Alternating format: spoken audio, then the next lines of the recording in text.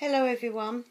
I'm probably going to stutter and stumble my way through this whole video because I think I'm going to find it difficult to explain things.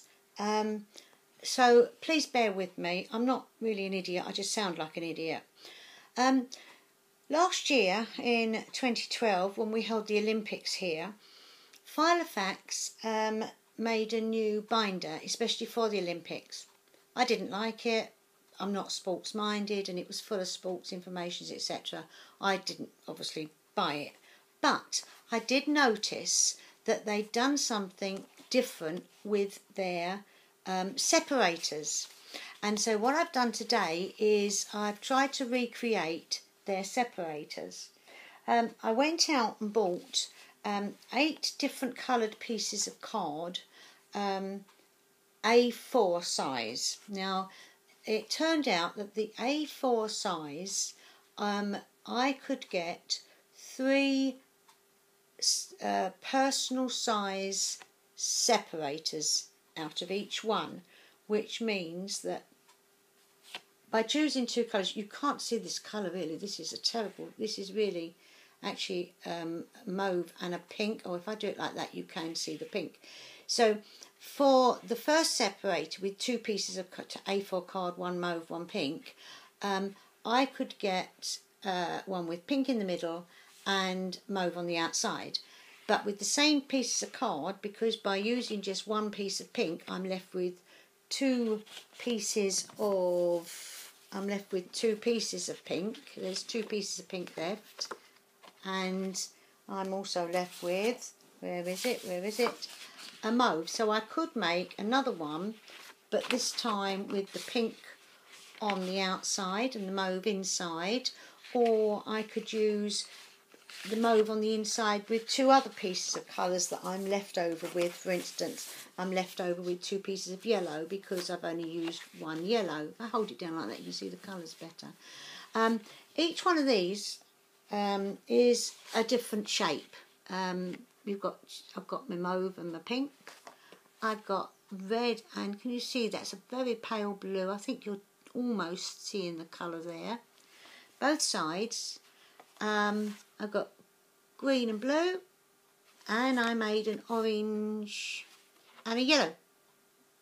So what I did was, well, in actual fact, this does make quite a thick separator, and I know lots of us have so much in our Filofax that every tiny piece of space matters. So you could use buy a normal thickness of card for whatever you're going to do in the centre, and then you could get a much thinner card for the outside, which would cut down on a little bit of space. I mean, you could really use coloured paper on the outside if you make sure that when you cut the tabs for the outside colour, you also cut the tab for the yellow, for the inside, I beg your pardon, for the inside. I made a mistake. This was my first one. This orange and yellow one was my first one. And I made the mistake of doing the inside, the yellow here, just a straight rectangle and without the tab. But when I made the others, I drew round all 3 together at the same time, and I kept the tab with the inside as well. It makes a much nicer finish, I think. And also, there's no messing about as to line it. It's easier to line up. So, what you need to do is, I'm going to hold these up one by one, and you can, if you wanted to, take a screenshot of how I particularly have done the shapes. You can do whatever shapes you want, obviously. But what I did is, every time I made one, I went by the holes to see where I wanted to start the shape of, and obviously the sides. So this one, what I did was, which way should I have it? Oh, it doesn't matter really. I have it this way. I'll make sure I'll hold them up one by one this way. This one, so you go 1, 2, 3, a little way up, and I did a line. I did a line there, and I did a line up to the tab. Now, I've been making sure that I overlap the tab a little bit because I didn't want to take it straight to the tab because it might look as though the tab's been added on as an afterthought. I mean, you can add it, you can make it come right along here. So now I'm going to hold that still so you can take a screenshot. Okay. The next one, the green one, you can see how I've done that. Okay. I've taken it both sides of the tab this time, about a third of the way up there, and I've taken it to the middle of these two. I mean, this for the first time, you might, you might want to do it differently straight away the first time, or you might want to copy me. The next one, if you want to do a screenshot, this is my pink and red one, although you can't see the pink very well. Hold it still. Yep, that's literally just, well, it comes right the way to the end, as you can see. Get the idea? Can you get the idea? Yep. Okay, and the last one, I sort of like, obviously I've done it again with a little bit over the tab, and I've just sort of done slightly to my right and your left of the hole, and then a tiny little bit here. Yeah, screenshot. Okay, so basically it's simple. I mean, it's common sense how you do it. You get 2 pieces of paper. You get your middle one, your outside one, and another outside one. Yep, line them up nicely, one side, preferably the side that hasn't been cut. You'll always have a side that you haven't cut. Yep. And then you get your, whoops daisy, sorry, this light is absolutely appalling. You get your tab and line that up to the end. Where are we? Like that. Okay.